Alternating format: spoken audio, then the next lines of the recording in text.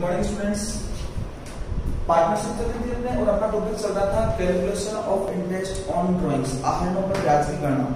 आहरणों पर ब्याज की गणना के बारे में बात करें तो अपन ने दो मेथड पढ़े थे। एक मेथड था अपना प्रोडक्ट मेथड गुणनफल विधि और दूसरा मेथड था अपना एवरेज मेथड औसत विधि। गुणनफल विधि से अपन ने ब्याज निकालना सीखा था। इसके अंदर अपना फॉर्मूला था गुणनफलों का योग गुणा ब्याज की दर बटा 100 गुणा 1/12 और गुणनफलों का योग टोटल ऑफ प्रोडक्ट्स अपन कैसे कैलकुलेट करते हैं इसके बारे में अपन ने बात की थी। उसके बाद नेक्स्ट और सेकंड पार्ट था अपना एवरेज मेथड औसत विधि। औसत विधि के बारे में बात करें तो औसत विधि से ब्याज निकालने का अपना फॉर्मूला था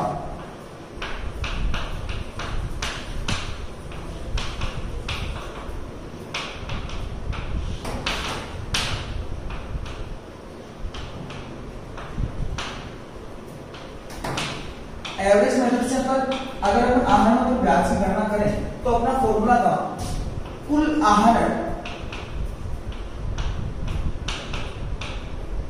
गुणा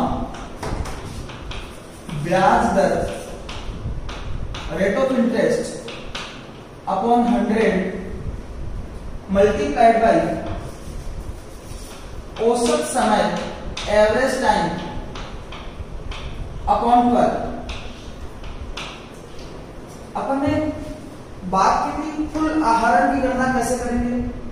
मान लो फॉर एग्जांपल एक कोई पार्टनर है जो हर महीने में 5,000 रुपए की ड्रॉइंग करता है।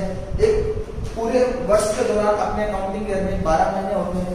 एक महीने में अगर 5,000 रुपए निकालेगा तो पूरे 12 महीने में 12 गुणा 5 का तो 60,000 रुपए निकालेगा और टोटल ड्रॉइंग कितने आ जाएंगे 16,000। रेट ऑफ इंटरेस्ट अपने प्रश्न में दी हुई होगी। उसके बाद में नेक्स्ट पॉइंट था अपना एवरेज टाइम औसत समय। औसत समय के बारे में अगर अपन बात करें तो हल्की सी बात की थी कि एवरेज टाइम अपन निकाल कैसे सकते हैं। तो औसत समय निकालने का अपना फॉर्मूला था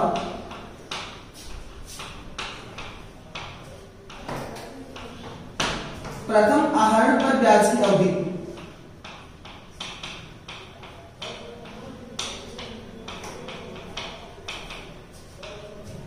प्लस अंतिम आहरण पर ब्याज की अवधि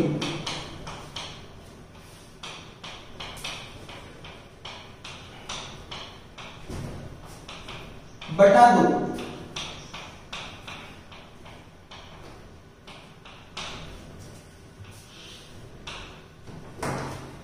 एवरेज टाइम अपन ने निकालना सीखा था प्रथम आहरण पर ब्याज की अवधि प्लस अंतिम आहरण पर ब्याज की अवधि बटा 2। कुछ एग्जांपल्स अपन ने लिए थे लास्ट क्लास के अंदर। माना कि फॉर एग्जांपल एक ए नाम का बंदा है, एक पार्टनर है अपना और हर महीने के प्रारंभ में आहरण करता है। और दूसरा एग्जांपल लिया था कि यही पार्टनर यदि हर महीने के अंत में आहरण करे तो औसत समय कैसे अपन कैलकुलेट करेंगे। अब उस क्लास से आगे के बारे में बात करते हैं। जैसे मान लो यदि प्रश्न में कहा हो कि ए पार्टनर है और वो हर महीने के हर माह के मध्य में आहरण करता है तो ऐसी कंडीशन में अपन एवरेज टाइम कैसे निकालेंगे।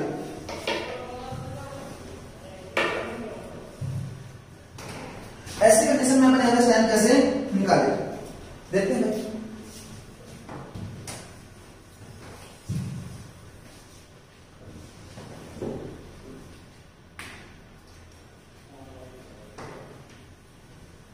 अपना प्रश्न क्या है कि एक पार्टनर है और वो हर महीने के मध्य में प्रत्येक माह के मध्य में कुछ ड्राइंग्स करता है। मान लो फॉर एग्जांपल हर महीने के मध्य में 5,000 रुपए का आहरण करता है।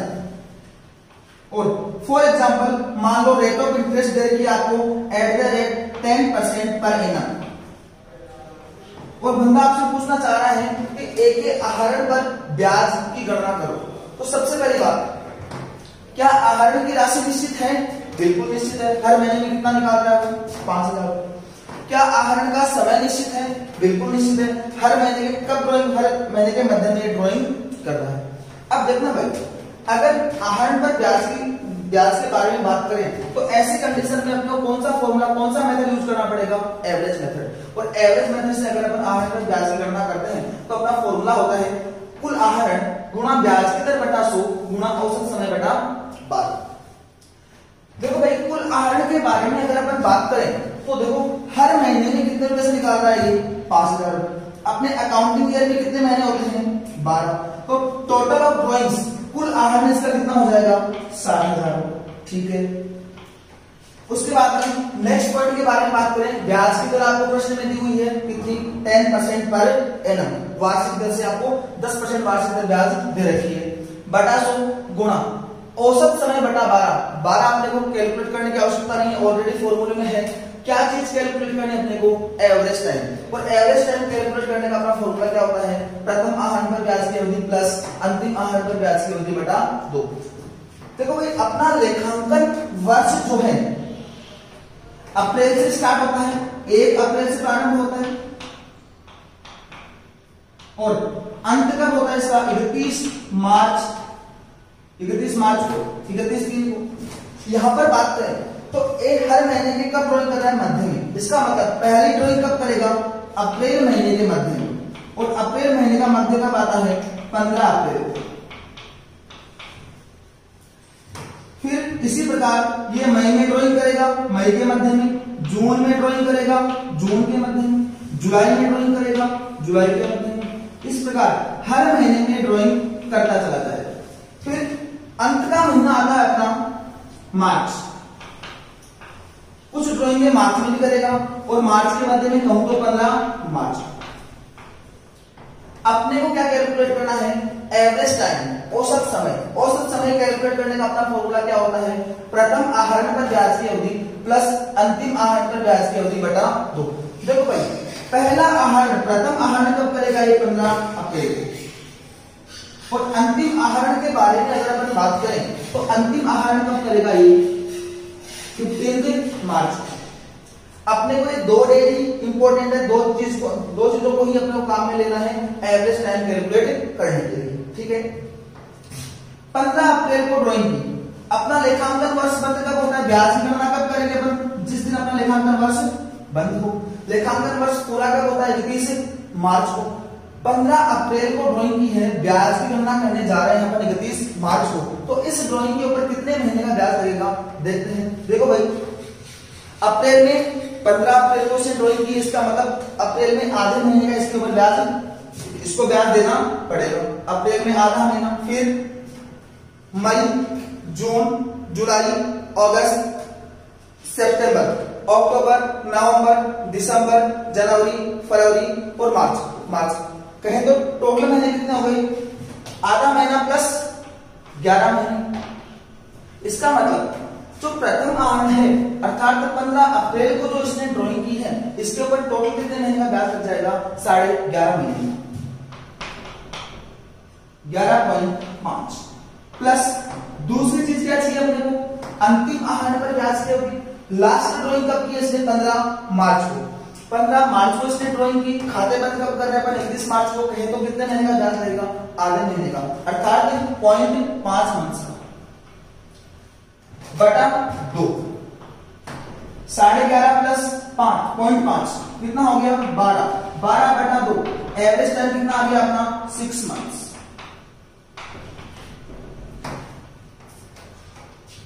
एवरेज टाइम निकालते ही अपने को फॉर्मूले के अंदर जो जो चीजें चाहिए सारी चीजें अपने पास अवेलेबल हो गई। फॉर्मूले के अंदर वैल्यू पुट करनी है और एक आहरणों पर ब्याज की गणना अपन आसानी से कर सकते हैं। कैसे भी देखना, सबसे पहले क्या चाहिए अपने को, कुल आहरण। हर महीने में कितना निकाला इसने 5000 रुपए। टोटल महीने कितने अपने 12। इसकी टोटल ड्रॉइंग कितनी हो जाएगी 60,000 multiplied by rate of interest प्रश्न में दे रखी है अपने को कितनी 10% per annum, multiplied by 10 upon 100 multiplied by average time, औसत समय कितना निकाला अपने 6 मंथ्स, 6 अपॉन 12। कैलकुलेशन करनी है और इंटरेस्ट ऑटोमेटिक बाहर निकल कर आ जाएगा। 0 से 0 कैंसिल, 0 से 0 कैंसिल, 6 एकम 6 6 2 12। 6000 में 2 का भाग दिया कितना आ गया 3000। इसका मतलब ये जो बंदा है अगर हर महीने के मध्य में 5000 रुपए का आहरण करता है तो इसके आहरण के ऊपर वर्ष के अंत में अर्थात 31 मार्च 2000 को, 31 मार्च जो भी वर्ष हो 31 मार्च को टोटल ब्याज कितना आ जाएगा 3000 रुपए का ब्याज आ जाएगा। लास्ट क्लास से अगर अपन थोड़ा सा इस क्लास को जोड़े तो क्या निकलकर अपने सामने आया, देखना भाई। यदि कोई पार्टनर हर महीने के प्रारंभ में आहरण करता है तो औसत समय कितना निकल कर आता है अपना 6.5 मंथ्स का। अंत में जब आहरण किया था तो अपना एवरेज टाइम निकल कर आया था 5.5 मंथ्स का। और आज की क्लास में अपन ने एग्जांपल लिया कि यदि कोई पार्टनर हर महीने के मध्य में ड्राइंग्स करे तो अपना एवरेज टाइम कितना आएगा 6 मंथ्स।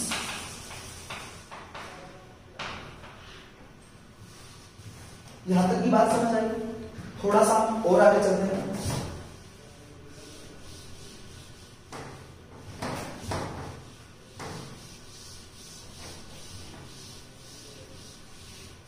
मान लो ये तो जो पार्टनर है वो मासिक आधार पर आहरण कर रहा है, या तो वो हर महीने के प्रारंभ में करे या हर महीने के मध्य में करे या हर महीने के अंत में करे। मान लो मासिक आधार पर न करके क्वार्टर के आधार पर अर्थात तिमाही के आधार पर अगर वो आहरण करे। देखो भाई अपने लेखांकन वर्ष में कुल कितने महीने होते हैं 12। अगर क्वार्टर मतलब किसी भी चीज का चौथा हिस्सा, अगर 12 महीने को अगर हम क्वार्टर में बांटना चाहें तो एक क्वार्टर के अंदर कितने महीने हो जाएंगे अपने 3। अपने लेखांकन वर्ष की बात करें तो अपना लेखांकन वर्ष अप्रैल से स्टार्ट होता है। अप्रैल, मई, जून, जुलाई, अगस्त, सितंबर, अक्टूबर, नवंबर, दिसंबर, जनवरी, फरवरी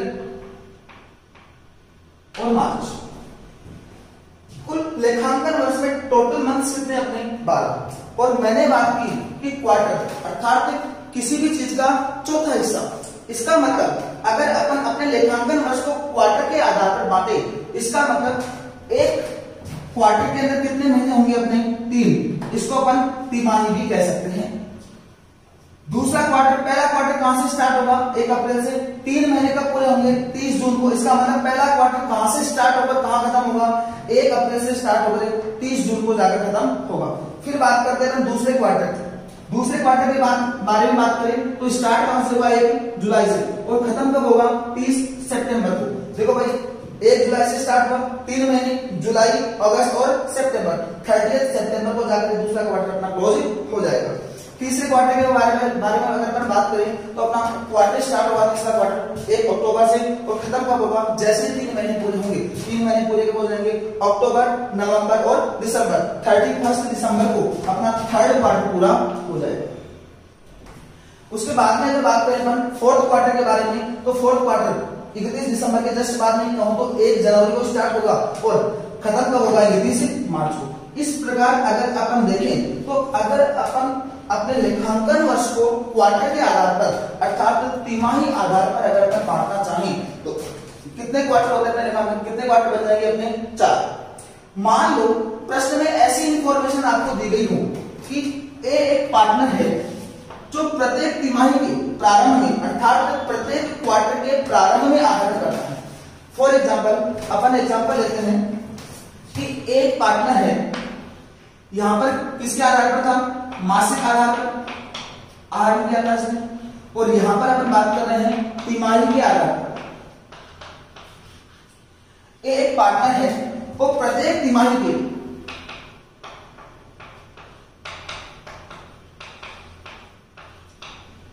प्रारंभ में 30,000 रुपए का आहरण करता है। देखो भाई प्रत्येक तिमाही, इसका मतलब अगर मैं आपसे पूछूं कि ए ने साल में तिमाही आधार पर अगर आहरण किया है तो कुल कितनी बार आहरण किया होगा। भाई तिमाही के बारे में बात करें तो अपने लेखांकन वर्ष में तिमाही कितनी होती है 4। प्रत्येक तिमाही में आहरण किया है कितने रुपए का 30,000 रुपए का और कुल तिमाही होती है अपने 4। इसका मतलब 30 गुना 4, अगर इसका टोटल ऑफ ड्रॉइंग्स निकालना चाहें तो कुल आहरण कितना हो जाएगा इसका 30,000 गुना 4 हमको 1,20,000 20,000 रुपए।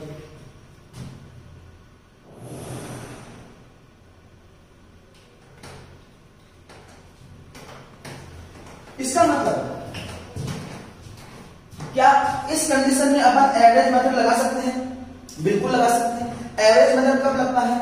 जब आहरण की राशि और आहरण का समय क्या हो, पूर्व निश्चित हो अर्थात निश्चित हो, तो ऐसी कंडीशन में अपन एवरेज मेथड का यूज करते हैं। ठीक है, एक ड्राइंग कब कर रहा है? प्रत्येक तिमाही के प्रारंभ में। क्या समय निश्चित है? बिल्कुल निश्चित है। क्या राशि निश्चित है? बिल्कुल निश्चित है। कितना पैसा निकाल रहा है? 30,000 रुपए हर तिमाही के प्रारंभ में निकाल रहा है। ठीक है भाई, अगर हर तिमाही के प्रारंभ में निकाले, इसका मतलब पहली ड्राइंग कब करेगा? ये 1 अप्रैल को। दूसरी ड्राइंग कब करेगा? 1 जुलाई को। तीसरी ड्राइंग कब करेगा? 1 अक्टूबर को। चौथी और लास्ट ड्राइंग कब करेगा? 1 जनवरी को। एवरेज मेथड लग सकता है? बिल्कुल लग सकता है। और एवरेज मेथड जब लगता है तो आहरण पर ब्याज की गणना करने का अपना फॉर्मूला क्या होता है? कुल आहरण गुणा ब्याज दर बटा 100 गुणा औसत समय बटा 12।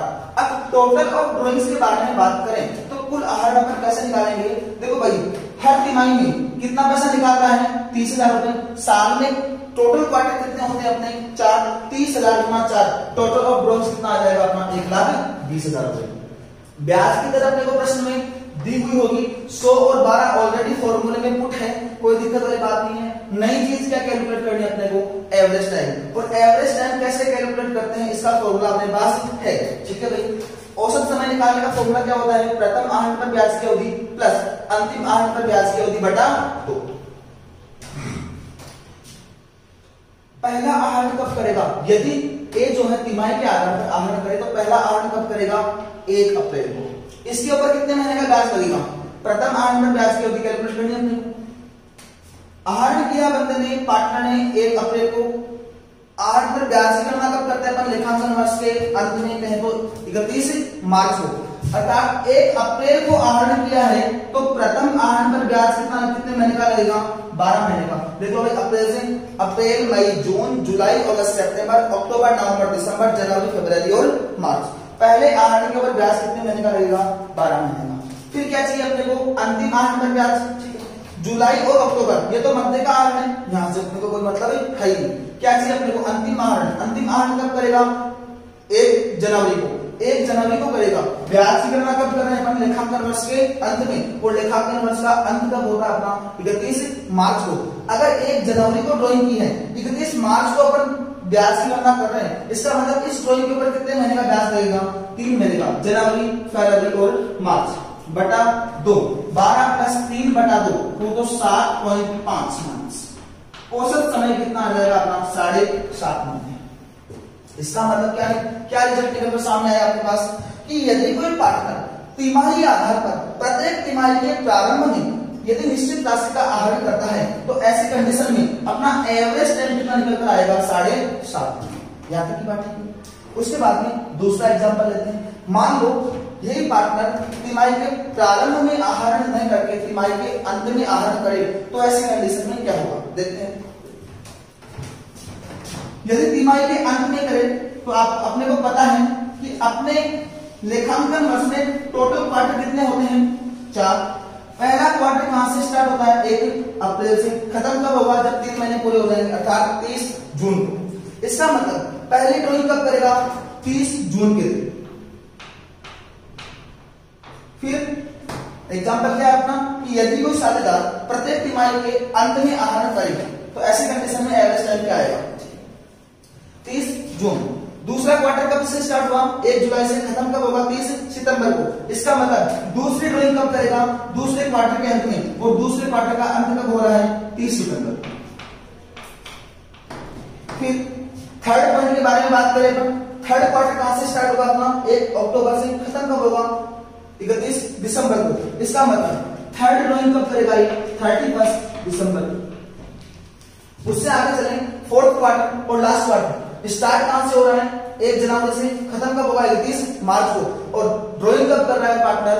हर क्वार्टर की, हर तिमाही के अंत में। अर्थात इस कंडीशन में फोर्थ क्वार्टर में जो साझेदार है वो आहरण करेगा, वो कब करेगा 31 मार्च।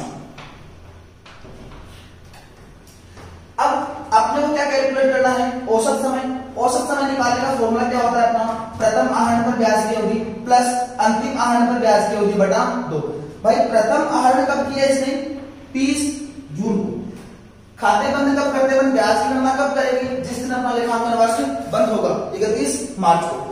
अगर 30 जून को आहरण किया, 31 मार्च को अपना लेखांकन वर्ष पूरा हो रहा है, तो ऐसी कंडीशन में अगर पूछूं कि इस 30 जून के ऊपर जो आहरण किया, 30 जून को जो आहरण किया है, इसके ऊपर कितने महीने का ब्याज लगेगा, तो क्या चाहिए अपने को, प्रथम आहरण पर ब्याज की अवधि चाहिए। 30 जून से जून महीने का ब्याज नहीं लगेगा, जुलाई, अगस्त, सितंबर, अक्टूबर, नवंबर, दिसंबर, जनवरी, फरवरी और मार्च। इसका मतलब जो प्रथम आहरण किया है इसके ऊपर कितने महीने का ब्याज लगेगा, 9 मंथ्स। ठीक है, फिर क्या चाहिए अपने को, अंतिम आहरण पर ब्याज की अवधि। लास्ट ड्रॉइंग कब करेगा, 31 मार्च को।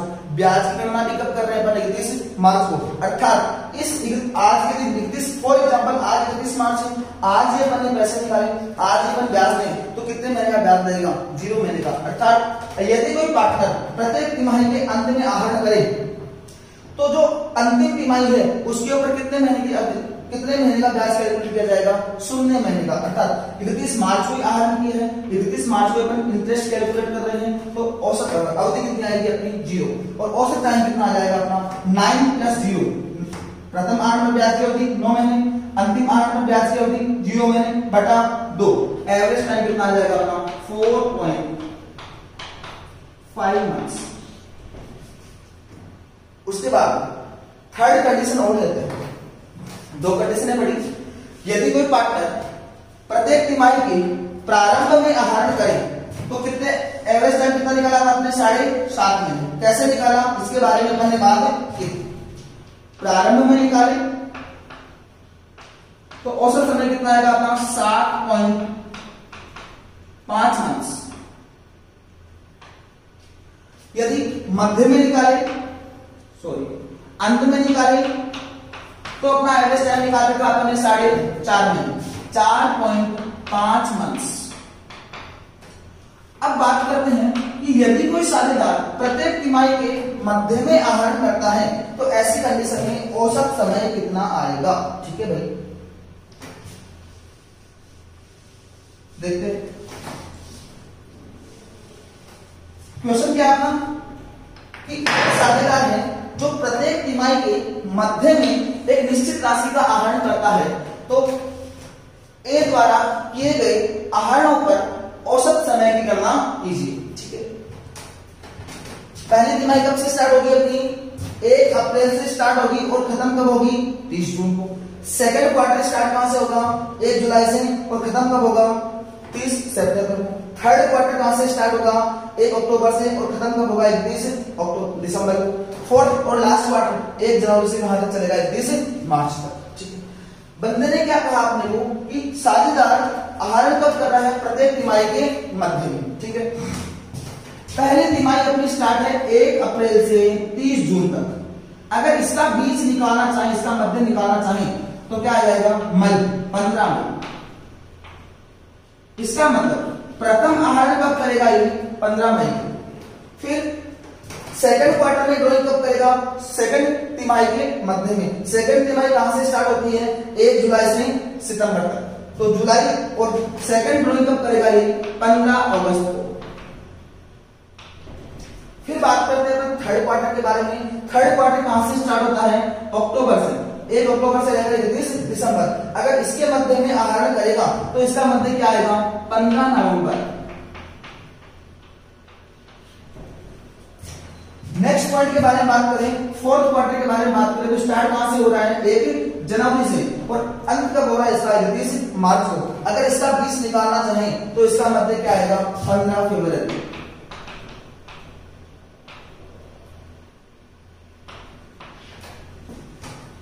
अपने को क्या कैलकुलेट करना है, एवरेज टाइम, औसत समय। और एवरेज टाइम कैलकुलेट करने का फॉर्मूला क्या होता है, प्रथम आहरण पर ब्याज की अवधि प्लस अंतिम आहरण पर ब्याज की अवधि बटा 2। ठीक है, प्रथम आहरण कब किया बंदे ने, पहले तिमाही के मध्य में। और पहली तिमाही का मध्य क्या निकाला आपने, 15 मई। अंतिम आहरण कब किया बंदे ने? अंतिम तिमाही के मध्य में, और अंतिम तिमाही का मध्य क्या निकाला अपन ने? 15 फरवरी। अब जिस दिन बंदे ने ड्राइंग की है, यहां से लेकर जिस दिन अपन अपने बुक्स ऑफ अकाउंट्स क्लोज कर रहे हैं वहां तक का टाइम कैलकुलेट करो, दोनों का, प्रारंभ का और अंतिम का, और 2 का भाग दे दो, दोनों को जोड़ के 2 का भाग दे दो, क्या आ जाएगा? अपना एवरेज टाइम सामने आ जाएगा। ठीक है, यदि कोई पार्टनर 15 मई को आहरण करता है तो ऐसी कंडीशन में उसके ऊपर, इस आहरण के ऊपर कितने महीने का ब्याज लगेगा? बात करते हैं। देखो भाई 15 मई को किया, इसका मतलब मई में आधे महीने का ब्याज लगेगा। फिर जून, जुलाई, अगस्त, सितंबर, अक्टूबर, नवंबर, दिसंबर, जनवरी, फरवरी और मार्च, 3, 6, 3, 9 और 1, 10 और आधा महीना मई का। तो प्रथम आहरण पर कितने महीने का ब्याज लग जाएगा? 10.5 महीने का। प्लस अंतिम आहरण पर ब्याज की अवधि, अंतिम आहरण कब किया इसने? अंतिम तिमाही के मध्य में, अर्थात 15 फरवरी को।